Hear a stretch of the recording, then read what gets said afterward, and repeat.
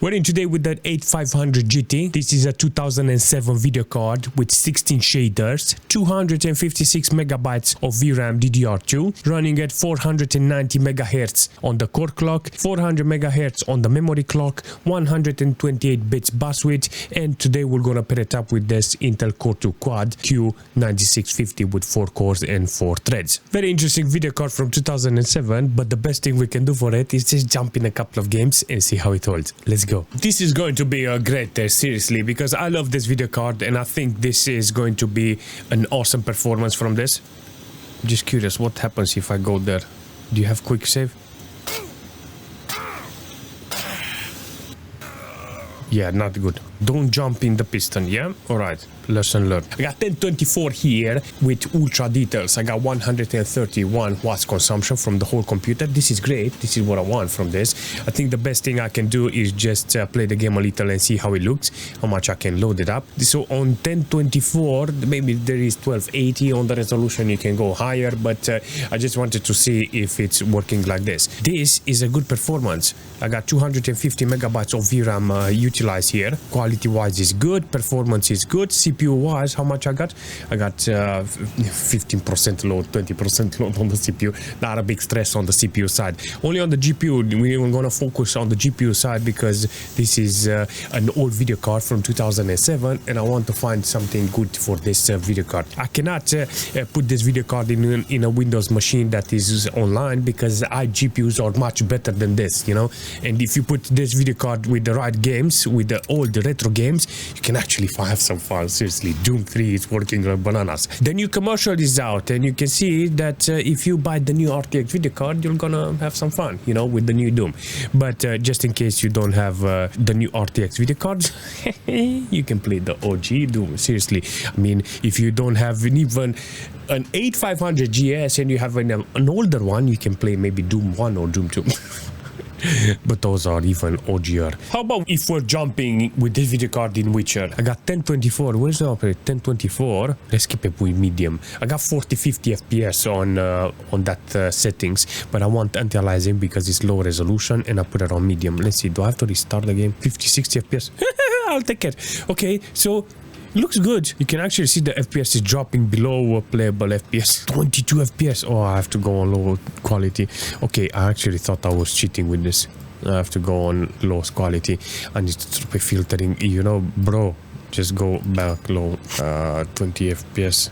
Let's do a reset here. Yeah, this is not okay. Maybe I need to restart the computer. After it restarts, 22 FPS. This is the only thing that is outputting here. 22 FPS. Average 35, minimal 22, 6 on 1%. That's not okay. Everybody is lagging here in this situation. Even the FPS, even the character is sick. I can go in the settings. I think I got 800 by 600. Maybe that one is gonna do much better because the FPS is okay theoretically, but I need good minimals. You know, I don't want 22 FPS.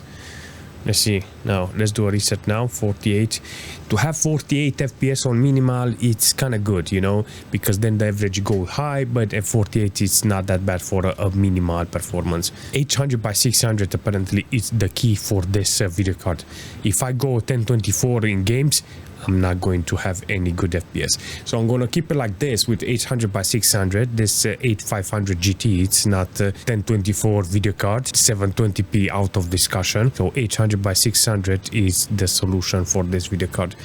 Quality, it's low, but it gives me the FPS, so can't say nothing bad about it. That's it. How about if we're jumping in Quake with this system? I got 800 by 600 with low details. Very dark, this one. I have to correct it myself, seriously. Minus 25 on contrast in order to see this properly. I got 800 by 600. I learned from the previous game that I have to stay on 800 by 600. So thank you, Mr. Witcher.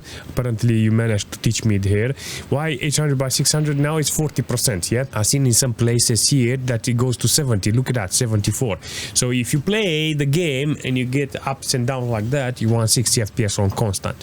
So in this situation, I think it's mandatory to have at least 60 FPS. And if you have 60 FPS constant, you're gonna see that is working really nice and you have no interruption in the gameplay. This is the right settings. I got only 80 megabytes of VRAM utilization, 64 degrees is good on the video card score, and 50, 60, 70% 10% load on the video card depending on the zone. But in this case, you can see, yeah, there's a room for improvement in this case, because definitely you can put more details in the game, and maybe you can stay with 640 if you're interested. I think it's going to be a decent performance. So 640, 800 by 600, it's kind of good for this. On the CPU side, I got decent performance from the CPU.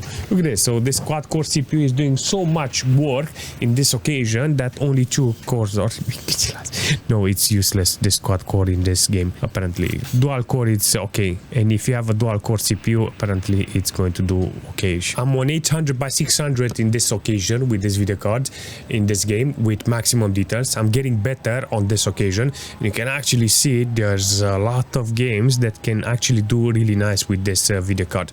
I like this idea. So I managed to test a couple of games, very heavy games like Quake and Witcher. There's a lot of games that will work really nice. Even in this game, it's got its own problem. But I got, look, I'm not used to this squarey aspect ratio. I got 144 watts consumption from this. It's doing okay, you know, it's very efficient. It doesn't have any external power connector on this occasion with this video card. It's got nice performance overall. In games like Underground 2, it's okay. I will definitely like to play more games like this. Underground 2, it's an example that this video card can actually do really nice with low resolution.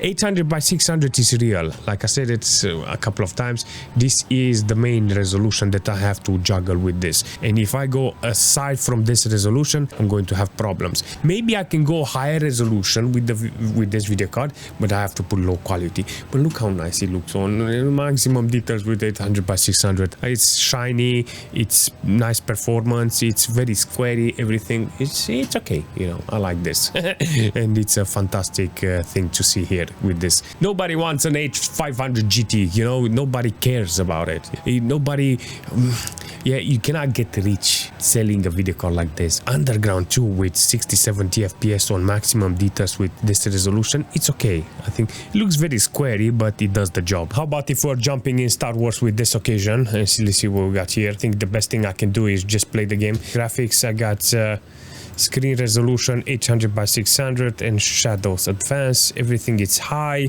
No anti-aliasing. Ooh, put anti-aliasing here. Anisotropic filtering, we can put it too. So this game knows how to utilize this video card. I got 120 FPS here.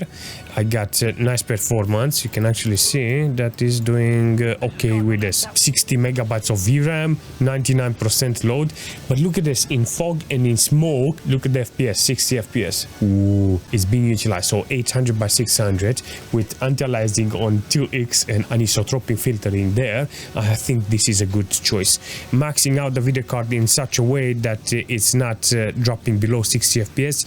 It's the ideal condition here. The VRAM utilization is not that high, so I think there is a chance here so I can play the game with this. But yeah, definitely in the right direction with this. Look at that. Smack him. This is like in Dragon Age. You can press space and you can move around. Now it froze down. Whoa, no.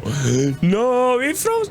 I'm getting to like this video card with 800 by 600. Look at the frame time I have. I'm not even 8-9 ms in this case with 800 by 600 is doing great. Maximum load on the core 69-68 degrees. Nice. It's doing a fantastic job here with that very good looking cooler, but not very efficient. I don't know why. I think it needs a bigger radiator or a powerful fan. It makes no sense, but in this case you understand that it's a little hot. I mean, 70 degrees for a video card like this from 2007, and it did manage to survive. I will say the cooler did its job.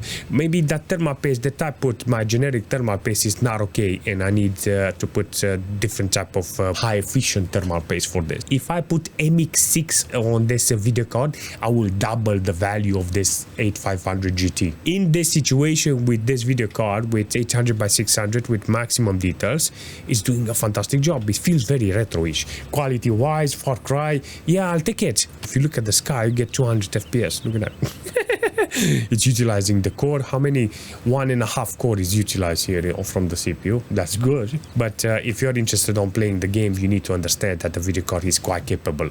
You can use MSI Afterburner, disable all the statistics, have it for the fan to max it out, and you can limit the FPS to 60, and it's going to be much better on the thermal side. I got, look at that, 155 watts consumption. I move it on the side because I couldn't see myself from there, but it's doing great. I use MSI Afterburner to limit the FPS to 60, and now I got 50% load on the video card score. Look at that, 96, 70%, 96, 68 degrees, 67. It's gonna drop the temperature on this occasion. Now I got only 138 to 139 watts consumption, so it drops 20 watts. 20 watts for an old video card like this with an old computer. I would say this is an efficient option for this video card and this computer. How about if we're jumping in Fallout with this video card on 800 by 600? I got lowest quality here in order to see if I can get the right FPS. 60 FPS is the name of the game today. I need this video card to run with nice FPS. It needs to be stable. I got only 100 megabytes utilized, so 100 megabytes utilized from this is like, imagine having a 16 gig of VRAM video card, no, 8 gig of VRAM, so you're utilizing 4 gig of VRAM like a generic brand new video card today. Definitely an interesting video card to have in the machine and try to play older games with this. So even if it's on low details and you start the game with 40-50% load, you manage to see that in some cases it's reaching 90%. So having this option buffer in front, it's quite good for the video card because it becomes very constant, and I like it, you know. This is something that I want. 8500 GT, it's a good video card if you put the right resolution and low quality. I can play the game like this. I really like it. This is how I was playing back in the days. Actually I didn't, because I had, I think, 1024 or higher resolution or 720p, 9600 GT in the PC and 9500 in the laptop. So yeah, definitely an interesting performance here. Let's jump into Spider-Man with 1024 and maximum details. 1024, hopefully the video card can stay on 100 FPS because this is actually good, but it's against my policy today with 800 by 600. I got 140 watts consumption. I like the sound effects in this game, seriously. Can I shoot them? Yeah. It's so cool to hear this. All right, so I got, let's do a reset, 170 FPS. I got only 60 FPS here with 70% load on the video card score, 67 degrees. This is good. This game knows how to utilize the video card properly. It's very efficient. You can actually see that it's doing the job with this video card and on the VRAM side. The load on the video card is good. I got 67 degrees on this occasion. Well, listen, fam. Let's talk about it. Stop. It's doing the job in this case, but you definitely need to adjust the game in such a way that is beneficial for you.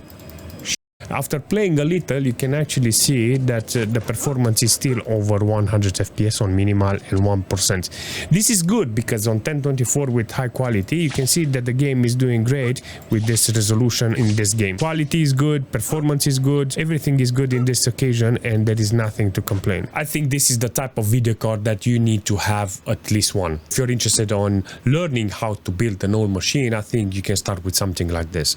This type of video card can be found really cheap. There is a variety of this type of models. You know, this is not the only video card in this category that you can find with next to nothing. If you're dead on that you want an old machine, this is a good place to start with this video card.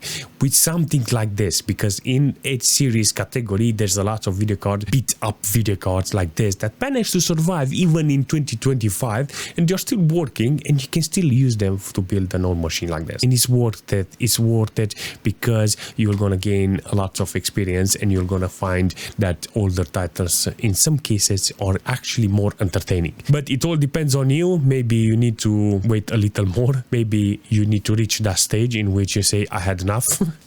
But maybe in the future you're gonna find this entertaining. And if you do manage to find it entertaining, you need to know that there's a lot of next to nothing video cards that can do the job in this category. I like it. I recommend something like this, but only if you're interested on building a retro machine. That's it. I like them. I recommend them. And if you have any suggestion or any advice, leave a comment, smash that like button, and I will see you very soon.